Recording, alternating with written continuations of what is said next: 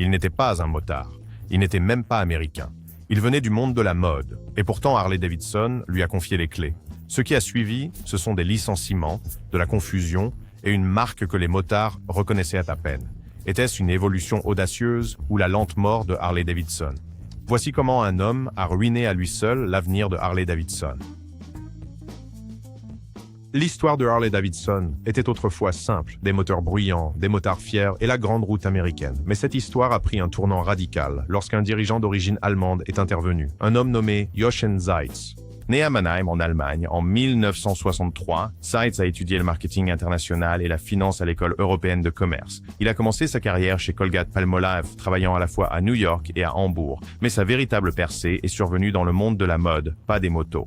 En 1993, à seulement 30 ans, Zeitz est devenu le PDG de Puma, l'entreprise de vêtements de sport en difficulté. En moins d'une décennie, il l'a redressé. Puma est passé d'une quasi-faillite à un nom mondial.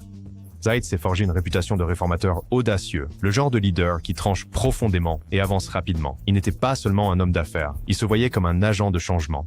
Plus tard, Zeitz a cofondé le B-Team avec Richard Branson, un groupe promouvant le capitalisme éthique. Il a également lancé la fondation Zeitz, axée sur la conservation et le développement durable. C'était un homme qui pensait en grand, non seulement aux produits, mais au monde. La question était, comprenait-il les motos? En 2007, Zeitz a rejoint le conseil d'administration de Harley-Davidson, devenant ainsi le premier dirigeant européen à le faire. À l'époque, cela semblait être un pas vers une stratégie mondiale. Mais pour de nombreux fans de la marque, cela paraissait étrange. Que savait un dirigeant de chaussures allemand sur l'acier américain et la culture des motards?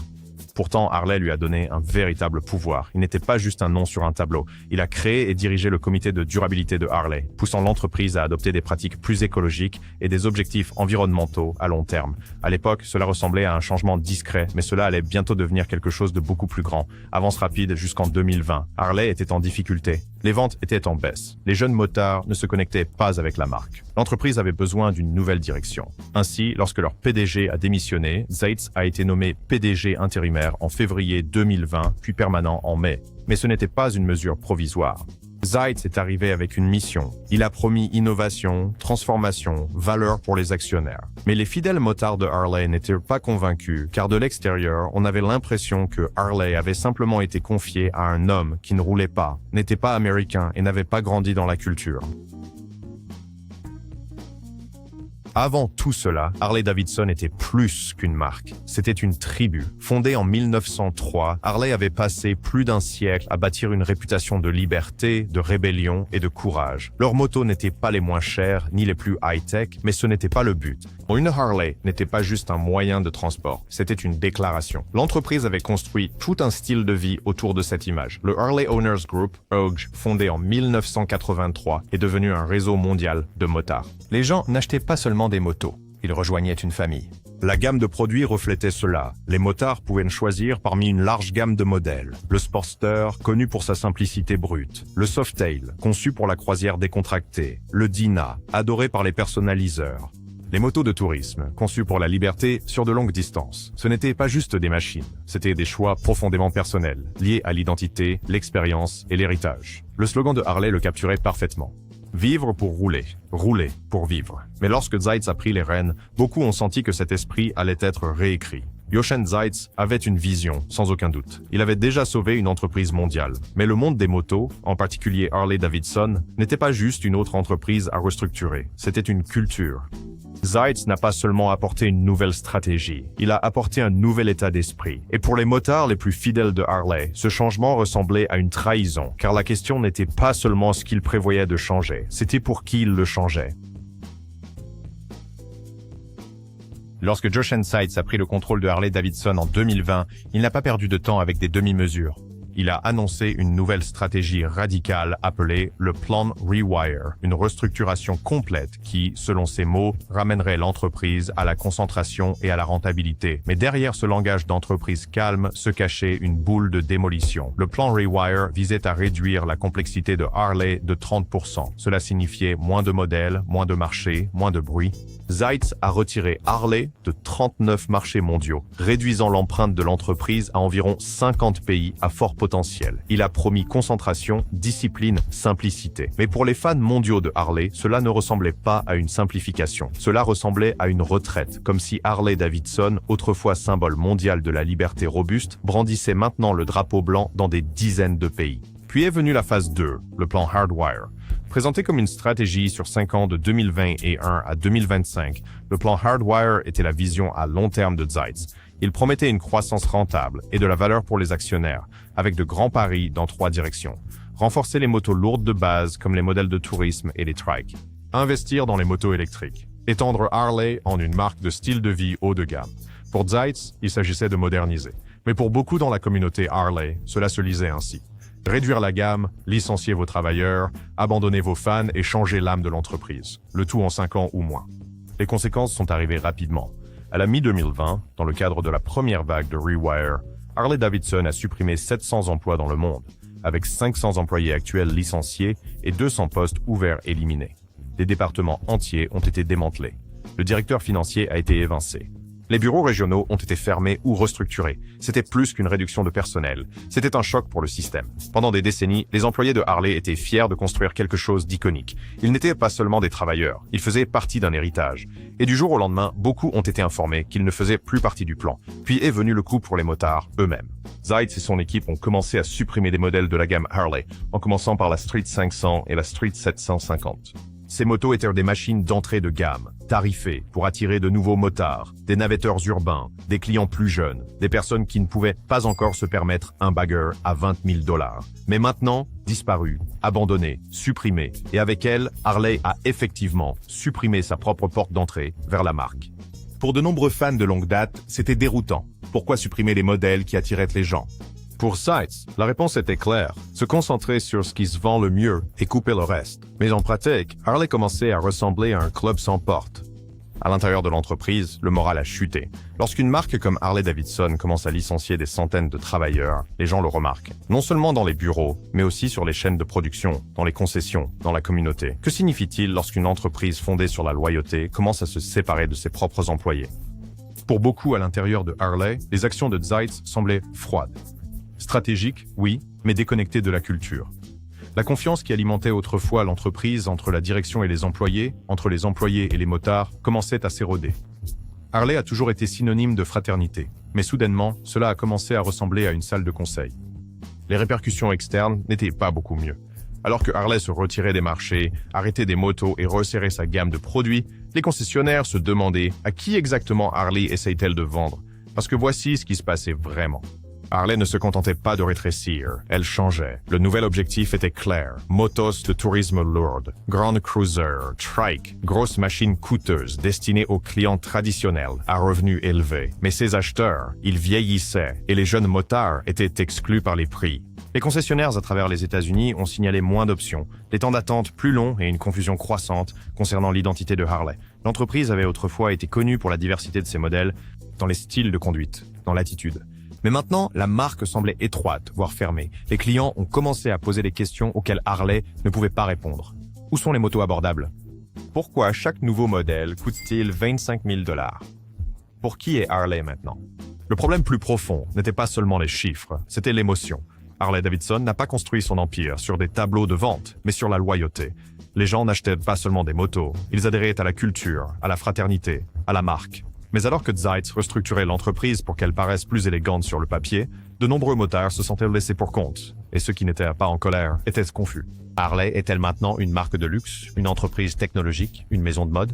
À la fin de la première année sous les plans de Zeitz, une chose était claire. Harley-Davidson ne faisait pas que se réorganiser, elle se déconnectait de ses travailleurs, de ses motards, de la culture même qu'il avait construite. Et plus l'entreprise se concentrait sur le profit à court terme, plus elle s'éloignait de l'identité à long terme qu'il avait rendue légendaire. Mais ce n'était que les dommages en surface. La véritable rupture viendrait lorsque Harley ferait son pari le plus audacieux, une marque entièrement électrique née d'une entreprise qui définissait autrefois la combustion.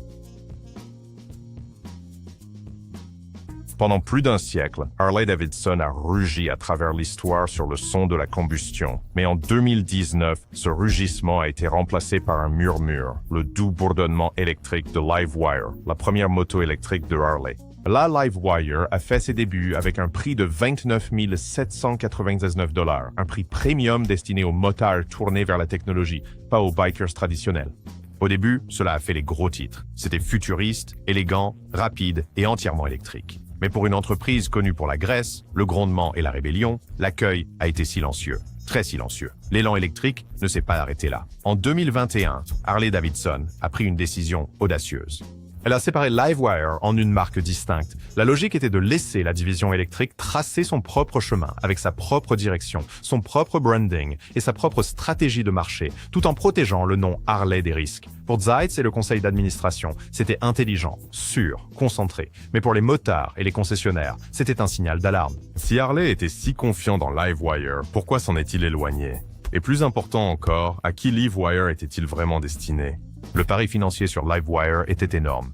Harley-Davidson a investi plus de 100 millions de dollars dans le développement et le lancement de la marque LiveWire. Lorsqu'elle est entrée en bourse via une fusion avec une SPAC, la scission a généré environ 334 millions de dollars de recettes brutes.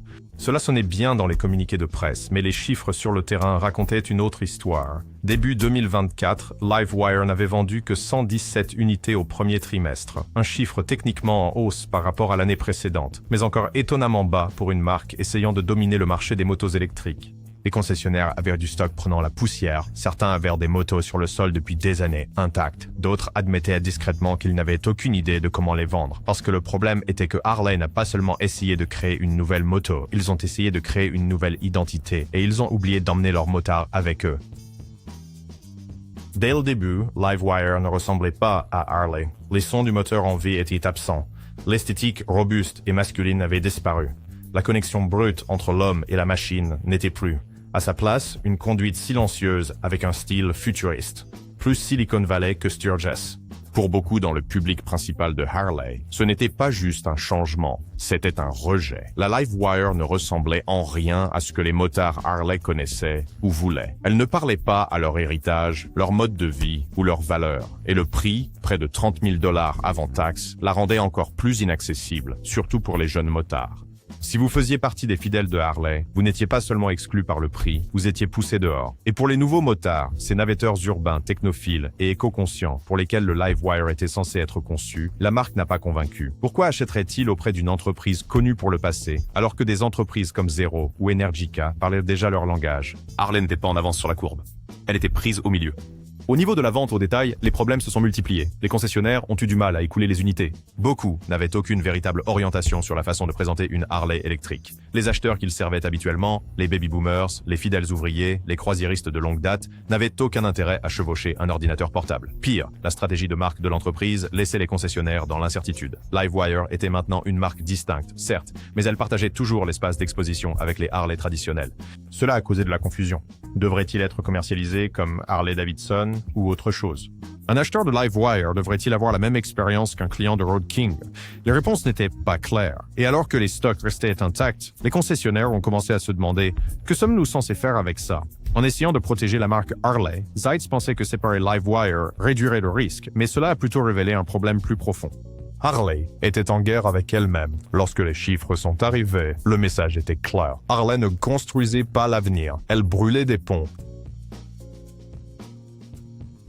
Pendant la majeure partie de l'histoire de Harley-Davidson, la marque projetait une image très claire, robuste, traditionnelle et résolument américaine. Mais sous la direction de Jochen Zeitz, cette image a commencé à changer. Peu après avoir pris ses fonctions de PDG, Zeitz a fait de la diversité, de l'équité et de l'inclusion, DEI, une partie visible de l'identité de Harley. L'entreprise a rejoint l'indice d'égalité des entreprises de la Human Rights Campaign, obtenant un score de 90% pour l'inclusion des LGBTQ sur le lieu de travail. Ils ont également organisé des camps d'entraînement pour entrepreneurs LGBTQ+, parrainé des événements Pride et mis en place des formations sur l'alliance au sein de l'entreprise. Pour Zeitz, c'était le reflet du monde de l'entreprise moderne, inclusif, tourné vers l'avenir et socialement responsable. Il alignait Harley avec les valeurs d'une nouvelle génération. Mais pour la base traditionnelle de Harley, c'était un terrain inconnu. Ces motards n'ont pas grandi en associant leurs motos à des engagements de conseil d'administration ou à des tableaux de bord de diversité. Ils ont grandi avec le bruit des pots d'échappement, la route ouverte, et l'idée que Harley se tenait à l'écart de la politique, pas Au milieu d'eux, Zeitz pensait qu'il modernisait la voix de Harley, mais pour de nombreux clients fidèles, cela ressemblait à une langue différente. Cette tension ne s'est pas limitée à Internet. À la mi-2024, Harley-Davidson faisait face à une pression croissante, non pas de la part des militants réclamant plus d'inclusion, mais des groupes anti-DEI qui estimaient que la marque était devenue trop progressiste. Une des voix les plus fortes était celle du commentateur politique Robbie Starbuck, qui a accusé Harley de tourner le dos à sa communauté de base. À l'intérieur de l'entreprise, il y avait aussi des signes de résistance. Des dirigeants seniors ont exprimé des inquiétudes concernant le changement culturel de Harley et ce que cela signifiait pour l'identité à long terme de la marque. Les parties prenantes ont demandé si les nouvelles initiatives amélioraient ou nuisaient à la perception du public. Puis, en août 2024, l'entreprise a fait une annonce spectaculaire. Harley-Davidson ne disposerait plus d'un département DEI. En fait, ils ont révélé que le département avait discrètement fermé en avril 2024. Le communiqué de presse l'a présenté comme une décision d'alignement stratégique, mais le timing racontait une autre histoire. Ce n'était pas seulement une question d'efficacité, c'était un recul. La même entreprise qui s'était engagée à être un leader en matière d'équité d'entreprise quelques mois plus tôt se retirait maintenant de la table. La réaction négative est venue des deux côtés. D'une part, de nombreux fans de Harley, en particulier les motards de longue date, ont applaudi la décision. Dans les forums en ligne, les publications sur les réseaux sociaux et les conversations chez les concessionnaires, certains ont célébré ce qu'ils considéraient comme un retour aux racines de Harley. Pour eux, l'ère DEI semblait forcée, déconnectée, peut-être même performative. Harley, disait-il, avait enfin retrouvé son identité, mais tout le monde n'était pas d'accord. Les organisations de défense des droits de l'homme, d'anciens employés et les défenseurs de la DEI ont critiqué cette décision comme régressive et à courte vue. Ils ont soutenu que Harley venait à peine de commencer à établir des ponts vers des marchés plus larges et plus diversifiés, et qu'elle était maintenant en train de les brûler. Certains anciens employés ont affirmé que les efforts DEI de l'entreprise étaient plus une question d'image que de véritable inclusion. D'autres ont dit que le travail était réel et nécessaire, et que l'abandonner sapait la confiance des employés. En interne, le moral a de nouveau chuté. Les employés qui croyaient en la vision promue par Zeitz, celle d'une Harley moderne et inclusive, ressentaient maintenant que cette vision était négociable. Selon la pression publique, Harley pouvait changer de cap sans avertissement. Cette prise de conscience n'a pas seulement affecté la confiance, elle a aussi touché l'identité. À ce stade de l'évolution de Harley, le message était devenu confus. L'entreprise cherchait-elle à attirer de jeunes motards urbains aux valeurs progressistes ou renforçait-elle sa base traditionnelle américaine ouvrière? Était-elle un leader en matière d'ESG et de responsabilité sociale des entreprises ou évitait-elle la controverse pour protéger sa marque? Personne, pas même les fans loyaux, ne pouvait le dire avec certitude. Et quand une marque connue pour sa clarté perd sa voix, la confiance commence à mourir. Le revirement sur la diversité, l'équité et l'inclusion n'existait pas en isolation. Il est survenu après des années de réduction de modèles, de confusion électrique et de roulement des cadres. Cela ajoutait au sentiment que Harley ne savait plus qui elle voulait être. Et dans le monde des motos, un monde construit sur l'identité, cette confusion peut être fatale, car les gens ne se contentent pas de conduire des Harleys. Ils deviennent des motards Harley. Et lorsque la marque commence à vaciller sous leurs pieds, politiquement, culturellement, financièrement, beaucoup paraissent de rouler complètement. En essayant de plaire à tout le monde, Harley n'avait satisfait personne, et cet effondrement de clarté allait bientôt se manifester là où ça fait le plus mal, sur les graphiques, dans les concessions et dans la salle du conseil. D'ici 2024, les chiffres racontaient une histoire que Harley-Davidson ne pouvait plus cacher. Sous la direction de Jochen Seitz, le chiffre d'affaires de l'entreprise a chuté de 11%.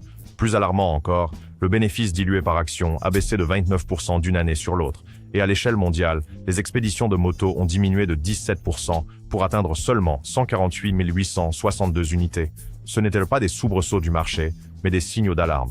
Seitz avait été présenté comme le réparateur, l'architecte de la marque, l'homme qui a transformé Puma en une force mondiale. Mais les finances montraient une marque perdant du terrain, rapidement. Pour les investisseurs, ce n'était pas juste un échec, c'était une promesse rompue. Partout dans le pays, les concessions Harley ont commencé à s'éteindre. Rien qu'en 2024, des concessions bien établies à New York, San Francisco, en Floride, dans l'Illinois et dans le Missouri ont fermé leurs portes, victimes de la demande en baisse et des coûts en hausse. Ce n'étaient pas des showrooms éphémères, c'était des piliers de la communauté. Pour les motards de longue date, perdre une concession, c'était comme perdre une base. Le magasin Harley n'était pas seulement un endroit pour acheter des motos, c'était un club, un lieu de rencontre, une pierre angulaire de la culture locale de la moto. Puis vint la fracture de l'intérieur. En avril 2025, Jared de Duval, membre du conseil d'administration de Harley, a démissionné publiquement et de manière marquée. Dans sa lettre de démission, il a exprimé de graves préoccupations concernant la direction de l'entreprise, sa stratégie et son leadership sous Seitz. Il a spécifiquement critiqué la dépendance de Harley au télétravail, affirmant que l'entreprise avait perdu son avantage, son unité, sa présence. Le motocyclisme est viscéral, a-t-il écrit. Ce n'est pas une marque que l'on gère via Zoom. Ces mots faisaient écho à ce que de nombreux employés et motards ressentaient depuis des années. La direction de Harley s'était trop éloignée de la route. Ce n'était pas une démission silencieuse, c'était une révolte culturelle. En mai 2025, l'inévitable s'est produit. Harley-Davidson a officiellement annoncé que Jochen Seitz quitterait son poste de PDG une fois qu'un successeur serait nommé. La recherche d'une nouvelle direction avait commencé, mais pas par succès, par nécessité. Pour certains, cela ressemblait à la fin d'une expérience ratée. Pour d'autres, c'était un déjà-vu. Seitz avait été engagé pour sauver Harley, mais 4 ans plus tard, l'entreprise faisait face à des ventes en baisse, des fractures internes, une confusion de marques et une base de motards divisée. Quel type de leader viendra ensuite? Un chirurgien financier? Un guérisseur culturel? Un motard? Car maintenant, l'entreprise ne cherche pas seulement un PDG, elle cherche une identité. Harley-Davidson n'est pas tombée en un moment dramatique. Elle s'est vidée de son sang lentement, une décision à la fois. Cela a commencé par la suppression de modèles, puis sont venues les pertes d'emplois, le pari Livewire, les revirements DEI, les effondrements de la vente au détail. Et tout au long du chemin, les motards restaient dans l'ombre, se demandant ce que Harley représentait encore. Était-ce le patrimoine, l'innovation, l'activisme, la nostalgie? Personne ne pouvait le dire. La marque qui rugissait autrefois avec un but murmurait maintenant avec confusion. Elle était devenue trop polie, trop prudente, trop corporative. Une marque obsédée par les slogans et les résultats trimestriels, tout en oubliant comment faire ressentir quelque chose aux gens. Harley n'était plus cool, c'était devenu une entreprise, et personne ne se tatoue des logos d'entreprise sur la poitrine. Harley peut-elle revenir? Peut-être, mais pas avec un autre rebranding vide, pas avec un autre plan quinquennal, et certainement pas avec un autre PDG qui pense que la culture est quelque chose que l'on construit avec des consultants.